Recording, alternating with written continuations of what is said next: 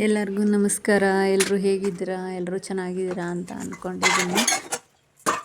ಬೆಳಗ್ಗೆನೇ ಬೇಗ ಎದ್ದು ಪಾತ್ರೆ ಎಲ್ಲ ತೊಳೆದು ನಮ್ಮ ಚಿನ್ನು ಲಂಚ್ ಬಾಕ್ಸ್ಗೆ ಚಪಾತಿ ಮತ್ತು ಬೀಟ್ರೋಟ್ ಪಲ್ಯ ಎಲ್ಲ ಮಾಡಿಕೊಟ್ಬಿಟ್ಟು ಅವನ್ನ ಕಳಿಸ್ಬಿಟ್ಟು ಅದಾದಮೇಲೆ ನಮ್ಮ ಮನೆ ಕೆಲಸ ಮಾಡೋಣ ಅಂತ ಶುರು ಮಾಡಿಕೊಂಡೆ.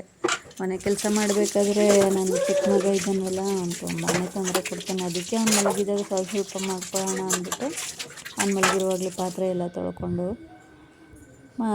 ತೊಳೆದಿಡುವಷ್ಟರಲ್ಲಿ ಆಲೆ ಎದ್ದ. ಅವನು ಎತ್ಕೊಂಡು ಬಂದು ಅವ್ನಿಗೇನಾದರೂ ಮಾಡ್ಕೊಳ್ಳೋಣ ಅಂದ್ಬಿಟ್ಟು ಆಮ್ಲೆಟ್ ಎಲ್ಲ ಹಾಕಿ ಅವನಿಗೆ ತಿನ್ನಿಸ್ಬಿಟ್ಟು ಅವನದೇ ಅರ್ಧ ಕೆಲಸ ಆಗಿಬಿಡುತ್ತೆ ಇಡೀ ದಿನ.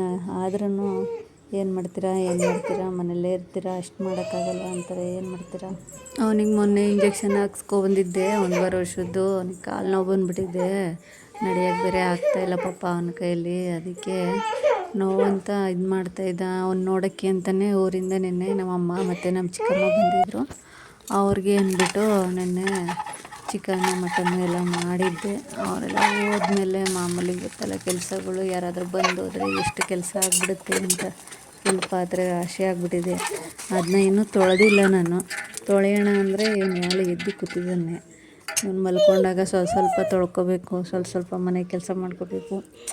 ಅದು ಬಿಟ್ಟರೆ ನೋಡಿ ಆಮ್ಲೆಟ್ ಹಾಕ್ಕೊಟ್ರೆ ಈ ಥರ ತಿಂತಾ ಇದ್ದಾನೆ ಅವನು. ಅವನ್ನ ಏನಾದರೂ ಸ್ಪೆಷಲಾಗಿ ಮಾಡಿಕೊಟ್ಬಿಟ್ರೆ ತಿಂತಾನೆ. ಅನ್ನ ಅಂತೂ ತಿನ್ನಲ್ಲ. ಬೇರೆ ಏನಾದರೂ ಮಾಡಿಕೊಟ್ರೆ ಮಾತ್ರ ತಿಂತಾನೆ. ಈ ಥರ ಆಮ್ಲೆಟ್ಟು, ಮಸಾಲೆ ರೊಟ್ಟಿ, ರವೆ ರೊಟ್ಟಿ ಈ ಥರ ಆದರೆ ತಿನ್ಕೋತಾನೆ. ಅನ್ನ ಮಾತ್ರ ತಿನ್ನಲ್ಲ ಅವನು. ಅನ್ನ ಮಾತ್ರ ತಿನ್ನೋಕ್ಕಾಗಲ್ಲ ಅವನ ಕೈಲಿ. ರಾಗಿ ಸರಿ ಸ್ವಲ್ಪ ತಿನ್ಕೋತಾನೆ. ಅದು ಬಿಟ್ಟರೆ ಆಮ್ಲೆಟ್ ತಿಂತಾನೆ. ಅದು ಬಿಟ್ಟರೆ ಮಸಾಲ ರೊಟ್ಟಿ ಅಂದರೆ ಅವನಿಗೆ ಫೇವ್ರೇಟ್ ಆಗಿಬಿಟ್ಟೈತೆ ಅಲ್ಲಪ್ಪ.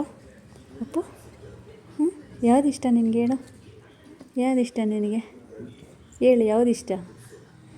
ಆಮ್ಲೆಟ್ ಇಷ್ಟ, ರೊಟ್ಟಿ ಇಷ್ಟ, ಯಾವ್ದು ಇಷ್ಟ ಹೇಳು?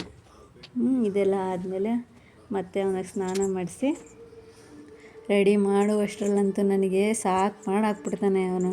ಇಲ್ಲಿಂದ ಅಲ್ಲಿಗೆ ಓಡಾಡ್ತಾ ಇರ್ತಾನೆ, ಅಲ್ಲಿಂದ ಇಲ್ಲಿಗೆ ಓಡಾಡ್ತಾ ಇರ್ತಾನೆ. ಅವ್ನು ಕ್ರೀಮ್ ಹಾಕ್ಸ್ಕೊಳ್ಳಲ್ಲ, ಒಂದು ಎಣ್ಣೆಗೆ ಬೊಟ್ಟು ಇಡ್ಸ್ಕೊಳ್ಳಲ್ಲ, ಏನೂ ಮಾಡ್ಕೊಡಲ್ಲ.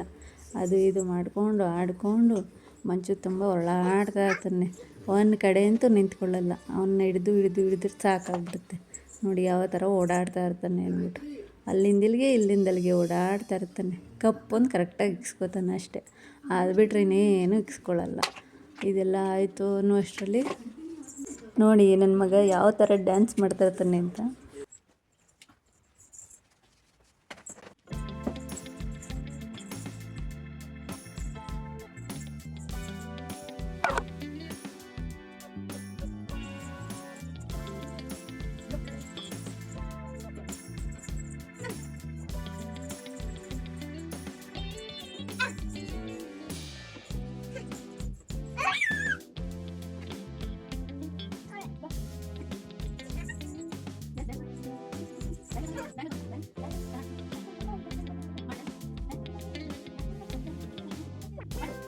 ಇದಾಗಿತ್ತು ನನ್ನ ಇವತ್ತಿನ ಮಿನಿ ವ್ಲಾಗ್.